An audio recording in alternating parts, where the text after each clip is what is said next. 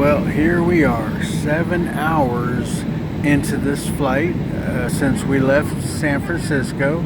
Then we went up along the west coast of Canada, all the way up and across Kodiak, Alaska. And then we crossed the Gulf of Alaska, and now we are south of Russia, headed south towards Shanghai, and it says we have about 6 more hours to go.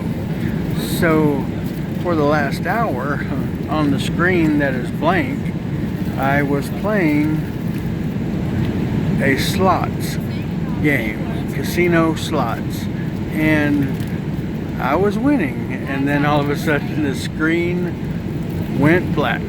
But still enjoying my flight, and every now and then somebody will open their blind to the outside, and you can see that it's very bright outside, but I haven't been able to look down to see if it's land or ocean. So alright, until later, hit like and hit subscribe, and I love all y'all.